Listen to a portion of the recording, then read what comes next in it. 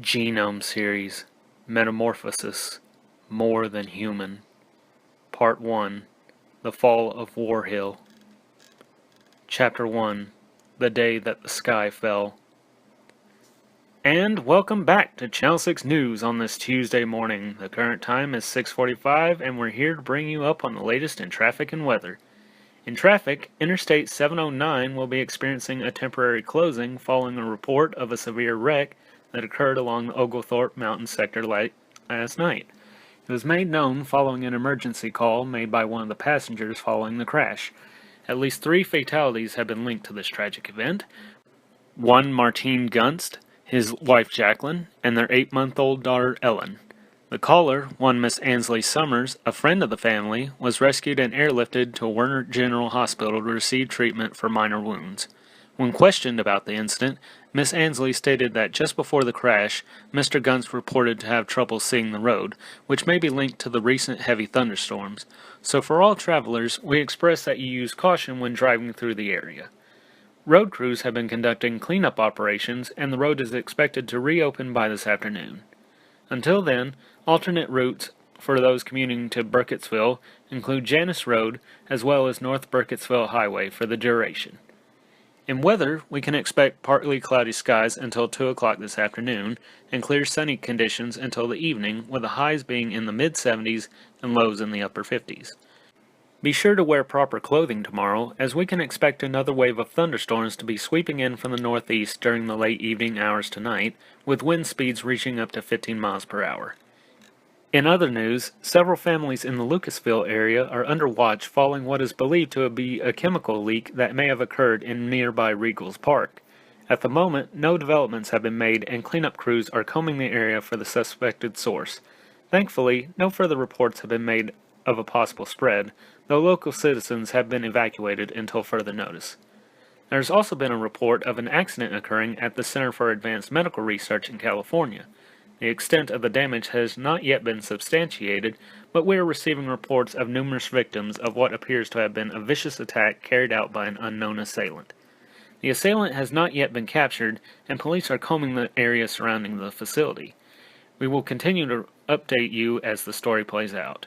In sports, echoed the small television that sat on the kitchen counter, but other than that, it was a relatively quiet morning for Max, who sat at the table, scraping his fork over an empty plate. Every so often he would let his eyes wander around the room before turning back up to the clock on the wall, to find that less than a minute had passed since the last time he looked. "What's taking her so long?" he groaned. "Why are you in such a hurry? School doesn't start until 8, Sarah," Max's mother replied as she waited for the coffee maker to finish perking. "Mom, our game is next week, and since Andrew got hurt, I'm going to be playing third base. You know how long I've waited for this? I almost never get to play." "Well, I hope you're still planning to study and keep your grades up. Remember our promise? If I get up below a B average in any class, then I'm off the team. I know." "Good," she said as she turned her attention back to the coffee maker. "Man, would this thing hurry up? I've got to be work in 45 minutes. Then, once again, the room fell into silence. As the clock neared 7, Max stood up and marched to the foot of the stairs leading up to his and his sister Elisa's bedrooms. Elisa was just finishing tying her shoes when Max's voice came through the open door. "Hurry up, Elisa! We've got to get going. I can't miss morning practice." "I'm coming!" she yelled back, but Max was not about to wait. Not like he had to every morning when Elisa was getting ready for school. Elisa moved over to her dresser mirror to give herself one last look over, but at that moment her door burst open and Max rushed in. He took her by the hand with his left and grabbed her backpack with his right before moving as fast as he could back out the door, nearly lifting Elisa from the floor as they headed downstairs. "Max, don't run so fast! My shoes will fall off!" But Max was in too much of a rush to listen to her or focus on anything other than what was right in front of him, so he failed to notice his father, Ian, passing in front of him at the bottom of the stairs, causing the 3 of them to collide with each other, though his father managed to remain standing despite the head-on collision. "Ow! Hey, you know we have speed limits set inside the house, don't you?" "Sorry, Dad, I need to go," he said as he picked himself and Elisa up, but Ian took him firmly by the shoulder. Whoa, whoa, whoa, whoa. Slow down there, sport. You may be able to walk away from an accident like that here. But out there on the road, things might not be so easy. Now tell me, why are you in such a rush for? I need to hurry to the field. The game is next week against Pinecrest, and Coach wants us to practice as much as we can before school starts. Oh, is that all? I bet you wouldn't be in such a hurry if you hadn't slept in. Then you might have been able to be there on time. I seem to remember you telling me to shut your door and give you 5 more minutes 7 times, or did I not hear you correctly?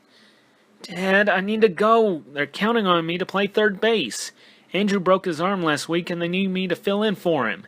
This could be my big chance to actually play on the field for once instead of sitting on the bench like I always do. Well, if it's that important, then why don't I drive you there myself? Really? You mean it?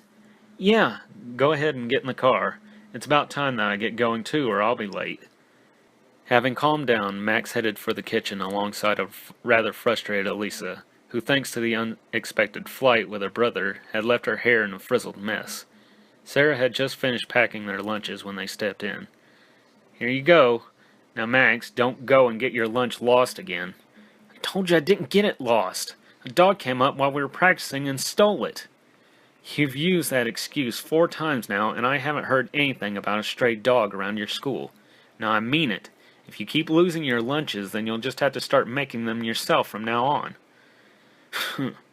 Max grumbled to himself as he quickly snatched the brown paper bag from Sarah's hand. Come on, gang, we both can't be late. Coming, Dad, Elisa smiled after kissing her mother's cheek. The 3 of them piled into their dad's sedan and headed off. Nestled deep in the suburban labyrinth, Max and Elisa's house was about 15 minutes' drive to the War Hill city limits.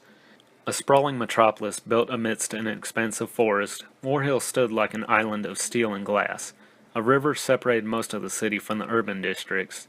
The moat, Max called it, as just across the river were a series of apartment high-rises that resembled castle walls, due to their walls being worn, rough, and covered with ivy. Just beyond that was the First National Bank of War Hill, where his and Elisa's mother worked. It was a tower that looked like a giant mirror with a name written in big iron letters over the top.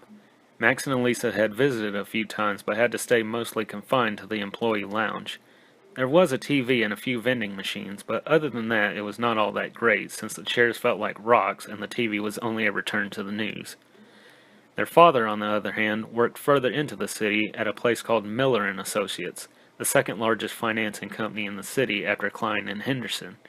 It was situated in an old stone skyscraper that formed the remnants of what was referred to as Old Town, and is one of the few remaining buildings that had stood since the city's founding days a little over a century ago.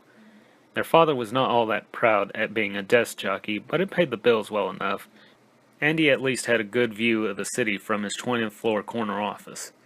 Just a few blocks from their father's job was War Hill Academy, a conglomeration of schools going from kindergarten to 12th grade.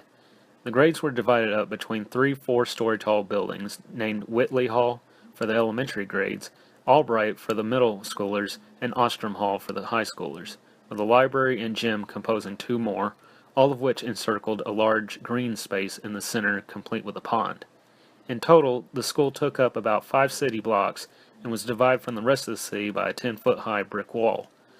Most of the children from the surrounding neighborhoods found themselves going to school here, but this was mostly due to the fact that the only other school nearby was in Cunningham, a short 20-mile drive, so not many parents were willing to drive out that far, which was not to say that the school was bad, but had a bit of a reputation, and most of it came from the boy that Max spied standing by the gates.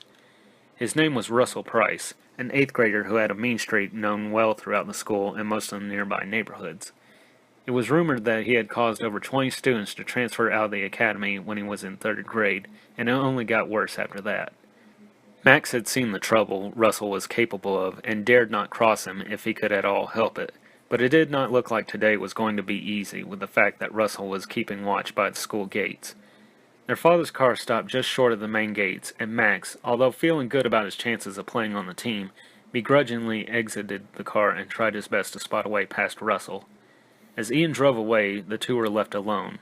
Well, not exactly alone. More kids were still coming in, though their numbers were thin, as it was still roughly an hour before classes were to start. I'll be here to pick you up after school lets out. Now don't forget, okay? Okay, Dad. I love you, Daddy. I love you too, sweetheart. Now, Max, you look out for her. I know, Dad. Okay then, 3 o'clock, right here. Max and Elisa shut the doors to the car simultaneously. As the cars ahead pulled away, so did their father, leaving them there alone on the sidewalk with Russell eyeing them like a hawk. Max took a hold of Elisa's hand and whispered to her as they started walking towards the gate. Just stay behind me. Don't let go of my hand and don't say anything. Max had had to deal with Russell on a number of occasions before, since the two were in the same grade, and he had always managed to fly under the radar. He only hoped today that would be no different. The two stood neck and neck as Max and Elisa passed. Max dared not look Russell in the eyes, and then about 10 steps further, Max exhaled deeply. The moment had passed without incident. The two continued towards the elementary wing, where a few teachers were welcoming in the students. Max stopped about 20 feet from the doors. How long had it been since he had called this wing home? By his inaccurate count, almost 2 years and 5 months. Had it really been that long since their parents had first walked him to those double doors and he warmly welcomed his new life at school? And now he was doing the same for Elisa. As he let go of her hand, he waved her a goodbye. We'll meet up at the pond after school. If you're late, I'll come find you. But you better not be late like at home. I don't want to miss my show. I won't be late, she said as she dashed off. He stood there for a few more minutes while the younger kids passed by before he realized just how late he was. Crap, I forgot practice! He immediately turned on his heels and headed for the gym. The gym was only a short walk from the high school wing and was surrounded by a number of courts, 2 for basketball, 2 for tennis, and an open field for soccer and a field for baseball. The middle school team was already practicing with the members both catching pitches and taking turns at bat. Max quickly dropped his bag at the bleachers and got his mitt from his book bag. His closest friend on the team, and as it turns out of the entire school as well, Tyler, upon seeing Max run out to the field, took a ball and gave him a fast pitch.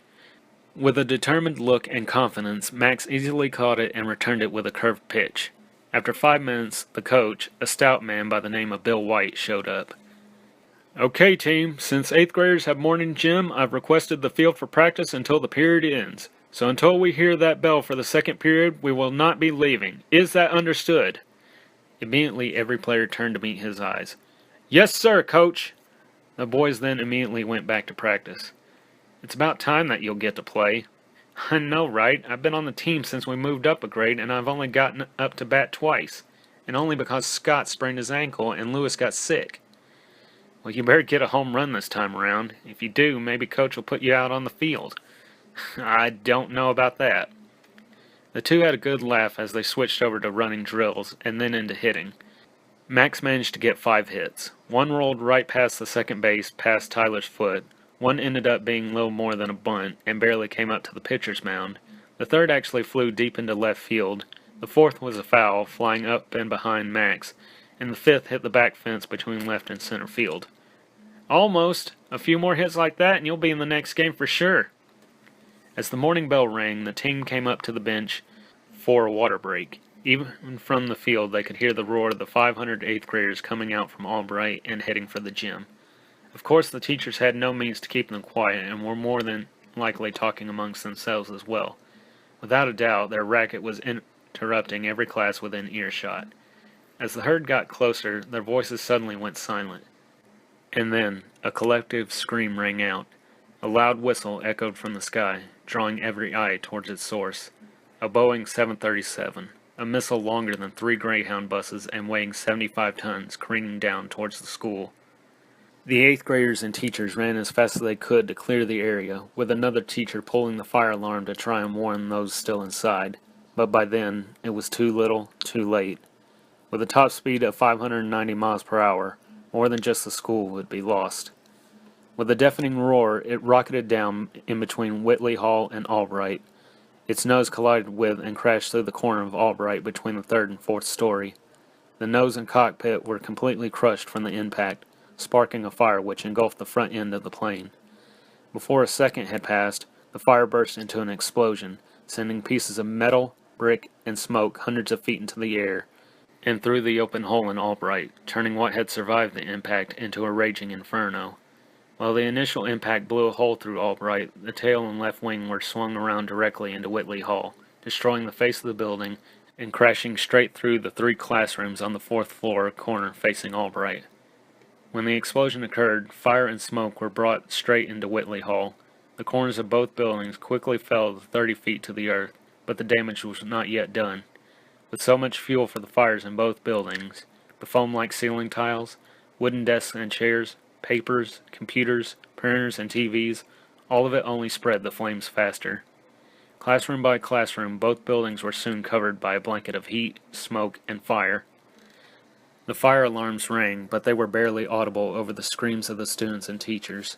The sprinkler system finally kicked in some minutes later, but with so much covered in jet fuel, oil, and grease, there was not much that could be done. The pipes from the lower floors, having been badly damaged from the impact, sent streams of water to the ground outside rather than towards the flames above and around them. Teachers and students raced from the buildings, with some helping what few that could be reached that were not already beneath the fallen building or blocked by flames. Within 10 minutes, more than 3,600 students and 120 teachers were gathered in the courtyard, moving as far as they could from Whitley and Albright, fearing another explosion would occur. The high schoolers and teachers of Ostrom had come out as well. Most were in complete shock from the event, but some went to help the students and teachers that had been hurt and help them over towards the gym in Ostrom. In shock, Max slowly walked from the field and up to the courtyard. No words escaped his lips, as his eyes would not look away from the destruction. Students and teachers rushed past him, some bumping into him in their panic, but this did not stop him from approaching. It was almost like he was a moth being drawn into a light. Karen Gardner, Max's homeroom teacher, upon having caught sight of him, pushed her way through the crowd to him.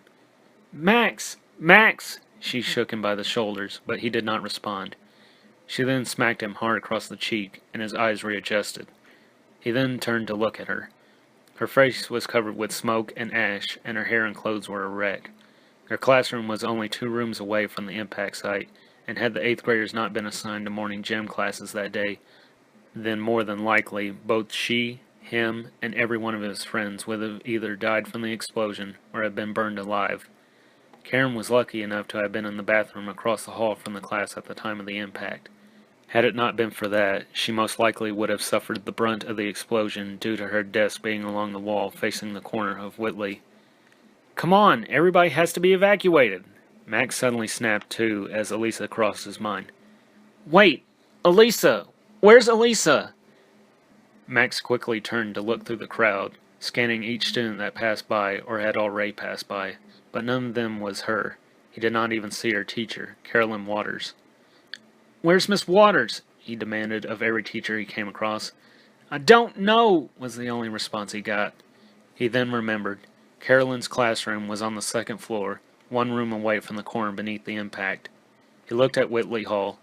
A good portion of the 3rd and 4th floor corner was gone, but the 2nd and 1st floor were still mostly intact. If he was to find Elisa, it would have to be there, and with that thought in mind, he immediately began racing towards the building without a thought in his mind other than to save his little sister.